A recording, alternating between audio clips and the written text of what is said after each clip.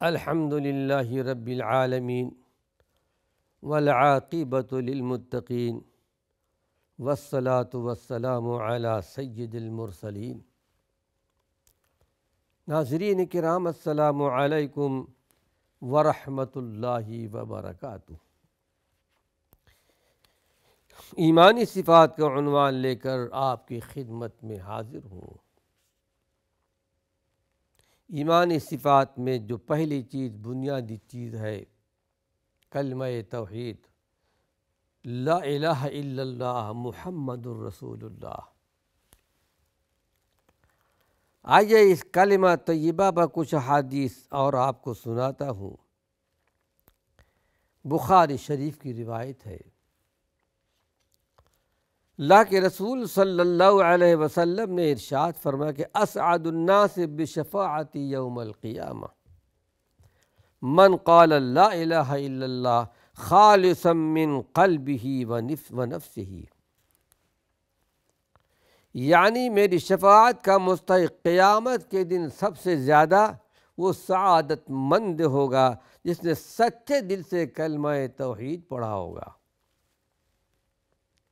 سچے دل سے پڑھنے کا مطلب کہ صرف زبان سے اقرار نہیں کرنا ہے، اگر دل میں تصدیق بھی ہو، زبان سے اقرار بھی ہو، لیکن عمل بالجوارح بھی ہو،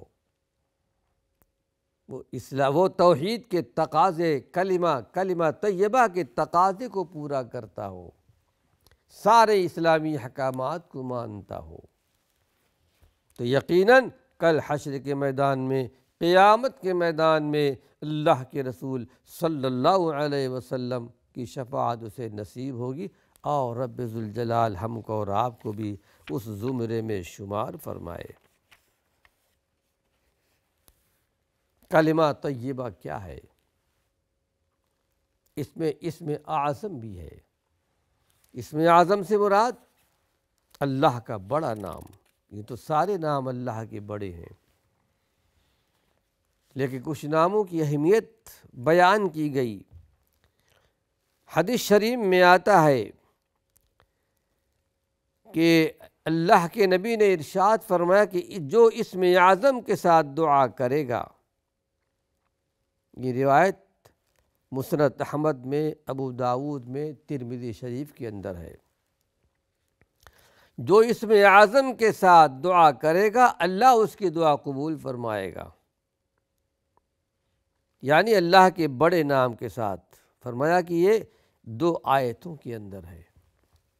قرآن حکیم کی ایک آیت ہے سورہ البقرہ کی، وَإِلَٰهُكُمْ إِلَٰهٌ وَاحِدٌ، توحید کا بیان، تمہارا معبود ایک ہی معبود ہے۔ لا الہ الا هو الرحمن الرحیم، اللہ کے سوا کوئی معبود نہیں، اور وہ رحمان بھی ہے، رحیم بھی ہے، بہت رحم کرنے والا، بہت مہربان ہے۔ اور دوسری آیت ہے سورہ آل عمران کے شروع کی آیت کہ الف لام میم اللہ لا الہ الا هو الحی القیوم، اللہ کی ذات وہ ہے جس کے سوا کوئی معبود نہیں، وہ حی بھی ہے اور قیوم بھی ہے، ہمیشہ سے زندہ ہے، اس کے کوئی نہ انتہا ہے نہ آغاز ہے، ہر چیز کو قائم رکھنے والا ہے۔ حدیث شریف میں آتا ہے کہ ایک مرتبہ حضرت عبداللہ بن بریدہ سے روایت، اپنی والد سے روایت کرتے ہیں کہ اللہ کے نبی صلی اللہ علیہ وسلم نے ایک شخص کو یہ دعا پڑھتے ہوئے سنا، تو آپ نے ارشاد فرمایا کہ اللہ رب العالمین کے بڑے نام کے ساتھ دعا کی ہے، اس کی دعا اللہ ضرور قبول فرمائے گا، اس دعا کو اللہ رد نہیں کرے گا۔ ایسے اس میں اللہ کے نام استعمال کیے گئے ہیں اسماء الحسنہ میں سے۔ انہوں نے یہ دعا پڑھی، اللہم انی اسألک، اے اللہ میں تجھ سے سوال کرتا ہوں، بأن لک الحمد لا الہ الا انت اللہ لا الہ الا انت اللہ الاحد الصمد الذی لم یلد ولم یولد ولم یکن لہ کفوا احد۔ اس میں اللہ کی صفت بیان کی گئی، اے اللہ تیرے سوا کوئی معبود نہیں ہے، اے اللہ تو احد ہے، صمد ہے، اکیلا ہے، تنہا ہے، بے نیاز ہے، اور نہ کسی کو جنا ہے نہ اس سے کوئی جنا گیا۔ وَلَمْ يَكُنْ لَهُ كُفُوًا أَحَدٌ، اس کا کوئی جوڑ، کوئی ہمسر بھی نہیں ہے۔ اللہ کی صفت بیان کی گئی۔ اللہ کے رسول صلی اللہ علیہ وسلم نے ارشاد فرمایا، انہوں نے جو یہ پڑھا ہے ان کی دعا قبول کی جائے گی، جو بھی دعا کیا کریں گے۔ ہم کو اور آپ کو سب کو معلوم ہے، یونس علیہ السلام جب کہ مچھلی کے پیٹ میں تھے، ایک غلطی کی بنا پر اللہ رب العالمین کے وحی کے بغیر اپنی قوم سے اور اپنے مقام سے نکل کر سمندر کے راستے سے باہر جا رہے تھے۔ یہ ادا اللہ کو پسند نہیں آئی، مچھلی نے ان کو لقمہ بنا لیا اللہ کے حکم سے، مچھلی کے پیٹ میں 3 اندھیریوں کے اندر، رات کی اندھیری اور ایک سمندر کے پانی کے اندھیرا پن، مچھلی کے پیٹ کا اندھیرا۔ وہاں دعا فرمائی کہ لا الہ الا انت سبحانک انی کنت من الظالمین، یہی کلمہ توحید کا اقرار کیا تھا، اللہ کی ربوبیت کا، اللہ کی الوہیت کا، اللہ تیرے سوا کوئی معبود نہیں۔ یہ کلمہ اللہ کو بہت ہی پسند ہے اور کثرت سے پڑھنی چاہیے۔ اللہ تیرے سوا کوئی معبود نہیں، سبحانک، اللہ تیری ذات پاک ہے، انی کنت من الظالمین، میں خود ظالم ہوں، اے اللہ مجھ سے ظلم ہوا ہے، مجھ سے گناہ کا کام ہوا ہے، تیرے حکم کے بغیر میں جا رہا تھا اس بستی کو چھوڑ کر۔ پھر اللہ رب العالمین نے فرمایا کہ فَاسْتَجَبْنَا لَهُ وَنَجَّيْنَاهُ مِنَ الْغَمِّ، ہم نے ان کی دعا قبول کر لی اور ہم نے ان کو رنج غم سے نجات دے دی۔ پھر اللہ نے پیغام دیا امت محمدیہ کو بھی، ہمارے پیغمبر اپنی امت کے سامنے ایک خوشخبری بیان کر دیجئے، وَكَذَلِكَ نُنْجِي الْمُؤْمِنِينَ، اسی طرح ایمان والوں کو ہم نجات دیتے ہیں۔ یہ درجہ، یہ مقام اللہ رب العالمین دیتا ہے توحید والوں کو، موحدین کو۔ اللہ سے دعا ہے پروردگار عالم ہمیں اس حقیقت کو سمجھنے کی توفیق نصیب فرمائے۔ پھر حدیث شریف میں آتا ہے کہ من کان آخر کلامہ لا الہ الا اللہ دخل الجنہ، جس کا آخری کلمہ ہو لا الہ الا اللہ، وہ جنت میں جائے گا۔ لیکن ہاں ایک بات اور ہے، کسی کی موت اچانک آ جاتی ہے، موقع نہیں ملتا پڑھنے کا، یقیناً اس کی بخشش ہوگی اگر ایمانی صفات کا حامل ہے، لیکن فضیلت ہے اس بات کی، اور اللہ سے دعا کرنی چاہیے۔ اور اللہ کے پیارے پیغمبر محمد صلی اللہ علیہ وسلم بھی دعا مانگتے تھے، اللہم انی اسألک حسن الخاتمہ، اے اللہ میں تجھ سے حسن خاتمہ مانگتا ہوں۔ یہ بہت بڑی اللہ کی طرف سے توفیق ہوتی ہے۔ ایک روایت آتی ہے، حافظ ابن ابی حاتم نے لکھا ہے، ایک بہت بڑے محدث ابو زرعہ رحمۃ اللہ علیہ، تفاسیر کے، احادیث کے، فقہ کے بہت بڑے مفسر تھے۔ انتقال کا زمانہ آیا تو کلمہ طیبہ کی تلقین کی گئی، کیونکہ حدیث شریف میں آتا ہے جب کسی کے انتقال کا زمانہ قریب ہو تو لقنوا موتاکم لا الہ الا اللہ، اس کو یہ نہیں کہنا چاہیے ایک کلمہ پڑھو، بلکہ خود پڑھا جائے اور سن کر کے وہ جس کا انتقال ہو رہا ہے اس کی زبان پر کلمہ جاری ہوگا۔ اپنے مرنے والوں پر کلمے کی تلقین کرو۔ تو ان کے انتقال کا زمانہ قریب، لا الہ الا اللہ کی تلقین کی جا رہی ہے۔ حضرت ابو زرعہ رضی اللہ عنہ ابھی ان کے ہوش و حواس باقی تھے، اور یہ حدیث ان کو یاد تھی، تو پوری سند کے ساتھ پڑھنا شروع کیا